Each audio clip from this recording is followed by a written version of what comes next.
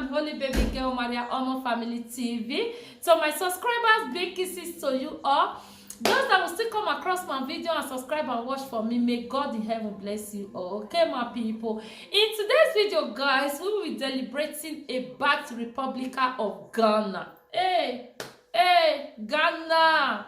Ghana, Ghana 4. Okay, my people, you guys know in the old West Africa, Ghanaians, they are the second peaceful Africa country. The more I learned, the more I knew about Ghanaians. Hey, when I come across that Ghanaians, they are the second peaceful Africa country in the old West Africa, I was not surprised, my people. Do you know why? Because I have lived with them. Yes, they are so peaceful. They don't like problems. They don't like, not that they don't know how to make problems. They are just too respectful, my people. Okay, my adorable people. Sometimes people are telling me that because you marry from there. No, far from it. It's not because I marry from there. In my previous video, I always tell you guys, I always tell you, my Nigeria adorable people, it's not because I marry from that place. It's because they are good. It's because I have lived with them. I have understand their doings. So that's why I always said they are so calm. Yes, my people. If my people can just switch from their character, that is, I don't want them to behave like Ghana because they are not the same country. So that we can just leave our ugly character, step down from those our high horse for us to move our country again. I will be very, very, very happy. Yes, my people. Okay, my adorable people. You guys can see what Nana Akufo-Addo is trying to do more. That is about his country. The country is peaceful, but he wants that country to be peaceful more. That is again and again. I believe soon Ghana will be coming out #1 in the #1 peaceful Africa country in the old West Africa very soon, because the way the president is really taking step on when it comes to security. You guys is aware of recent updates. Nana Akufo-Addo tried to empower police, and that is police and the individual. That is begging them to support him to move the Republic of Ghana to the next level. This man, you are just too intelligent too. You are too intelligent, very, very intelligent, and your youth are so good, very, very good. Okay, so now he empower police because do you know why? You know, when police lack of equipment, there is nothing they can do. They can't do anything. In my country where I am coming from, we all know security in that place, lack of equipment. Yes, very, very lack. Sometimes when you call, you will just take a call. Do you know what this is? No, there is no fuel for them to accomplish that mission. And you want them to take their money to buy fuel. And no. When you are going there, how many months salary, you still want them to use their money to buy fuel. It will work. But the land of Ghana is not like that. And they have a lot of equipment before. Their security is so tight. But now the President Nana Akufo-Addo had more equipment to them. Add more. Tell me why that country will not be secure. Tell me why people will not invest. Tell me why people will not soar in that country. Tell me the reason why.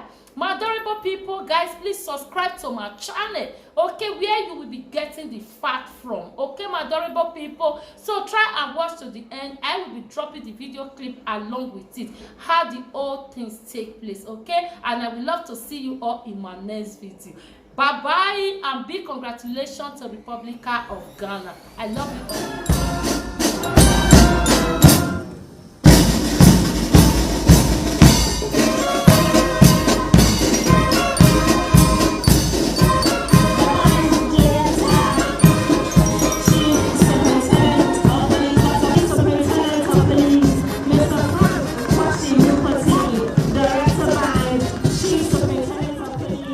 I'm very happy to be here for the graduation ceremony of the 50th Cadet Officers Course into the Senior Officer Course of the Police Service. I say a big aiko to the 129 officer cadets who are graduating today. And I commend them also for the spectacular drills they have put up. Ladies and gentlemen, the most important things of a nation are the peace and safety of its people and its territorial integrity. Article 200, Clause 3 of the Constitution of the Republic states, and I quote, "The police service shall be equipped and maintained to perform its traditional role of maintaining law and order," unquote. The ultimate goal of this provision is to ensure explicitly that the ordinary citizen feels safe and can go about his or her everyday life free from the fear of crime and insecurity. The police service is further mandated by the Police Service Act of 1970, Act 350, to prevent and detect crime, apprehend offenders, and maintain the safety of persons and property. The effective execution of this mandate is premised on building a professional police service that is accountable, responsive, transparent, and trustworthy, and which accommodates the concerns of the general public that it serves. We want to go back to the good old days of policing, where people felt that all the efforts of the police were geared towards making their lives more comfortable. It is gratifying to note that the 2020 Global Peace Index report, compiled and released by the Institute of Economics and Peace, ranked Ghana as the second most peaceful country in sub-Saharan Africa, after Mauritius.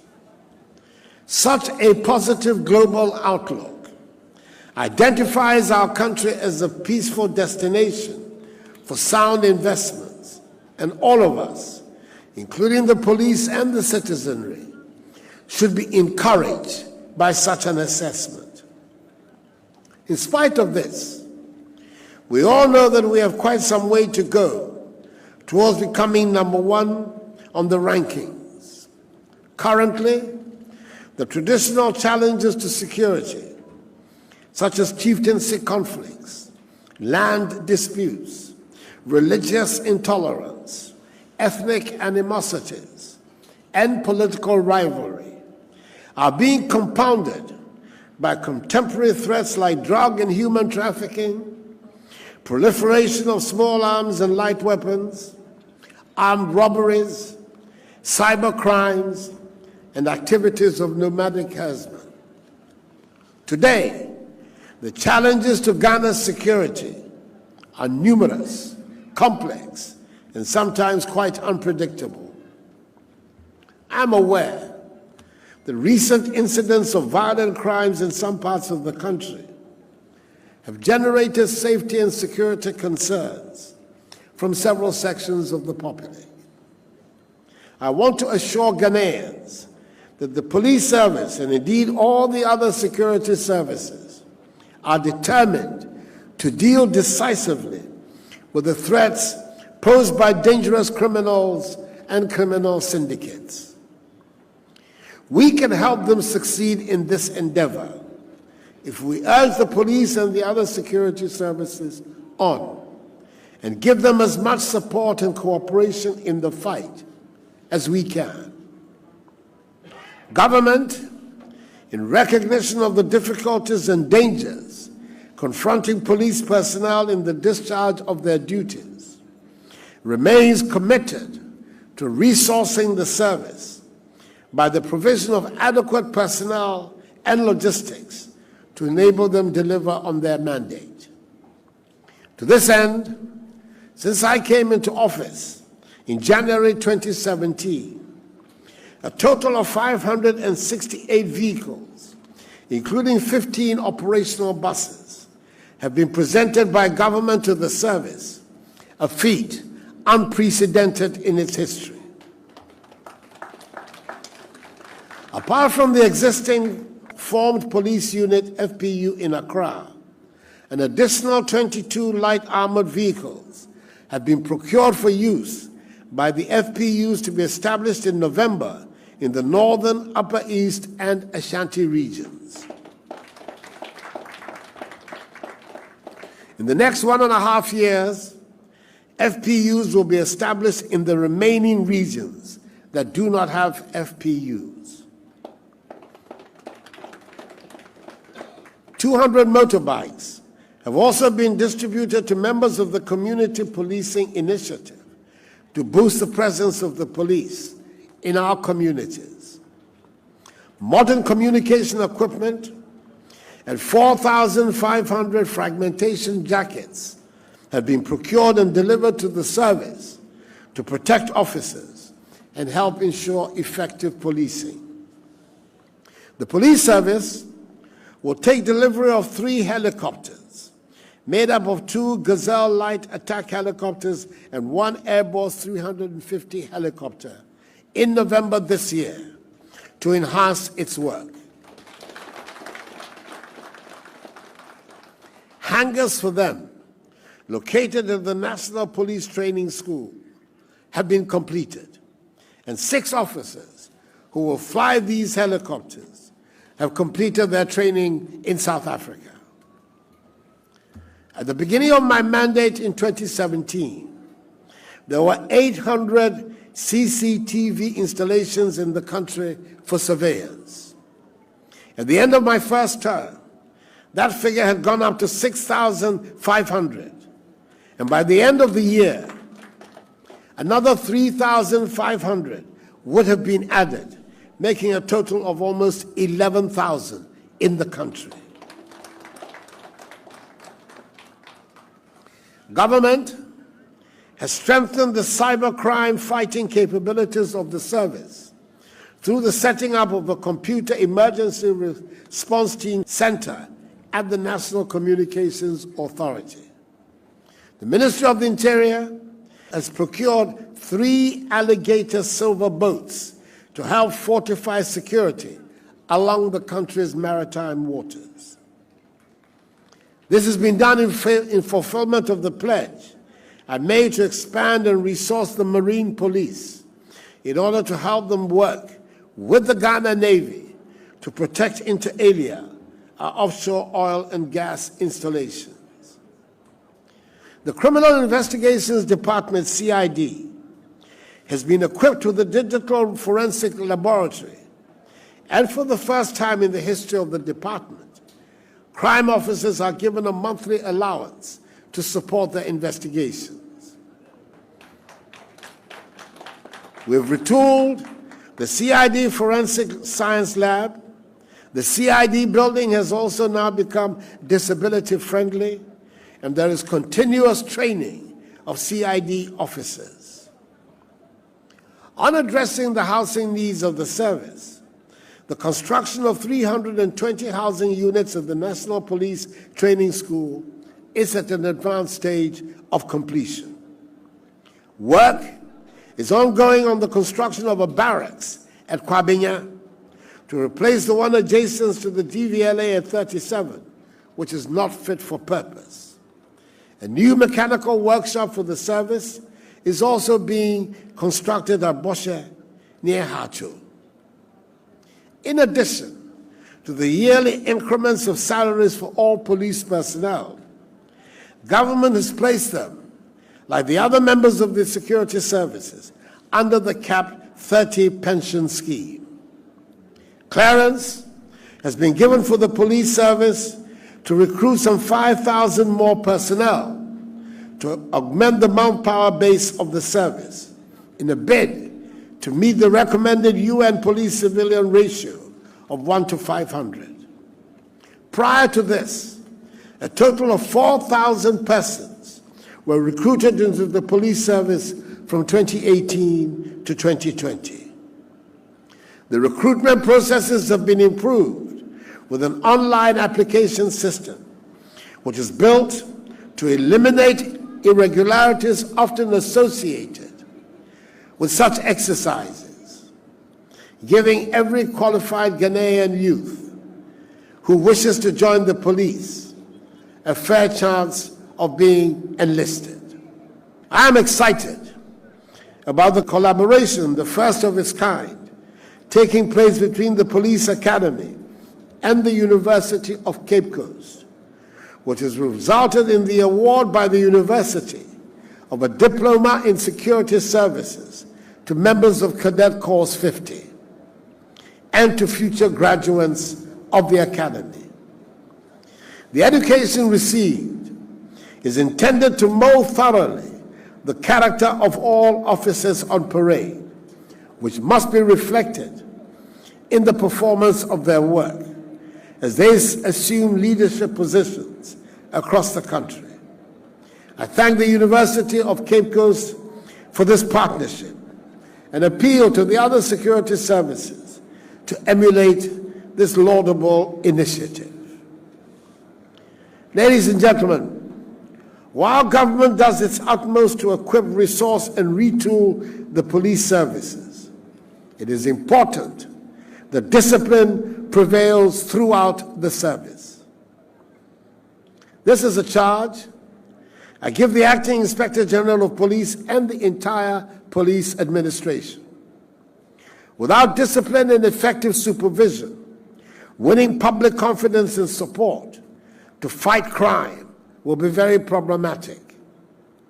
The prevention and detection of crime are shared responsibilities between the police and the public, and mutual respect, confidence, and support are required to achieve these goals. I cannot end without reiterating the support of government and I for the recent actions taken by the Acting Inspector General of Police, George Akuffo-Dampare, which are eliciting strong backing from the population.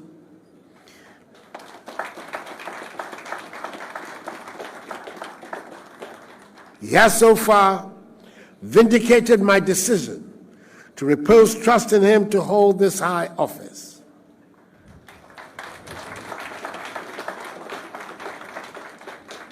I am confident that once the necessary processes are completed, which I am sure will be soon, he will become our nation's 23rd Inspector General of Police.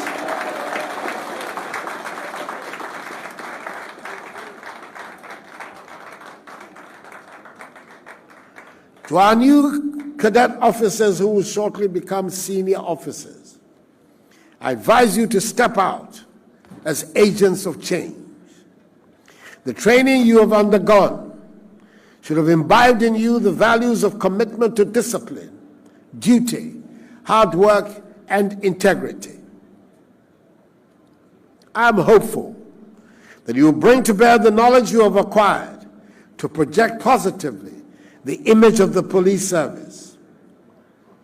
Discharge your responsibilities professionally and live above reproach. May I, in conclusion, ask all of you to be upstanding as I formally make these pronouncements. By the powers vested in me as President of the Republic, I hereby appoint the 6 officer cadets and 123 cadet officers to the ranks of Superintendent of Police, Deputy Superintendent of Police, and Assistant Superintendent of Police into the Senior Police Officer Corps of the Ghana Police Service.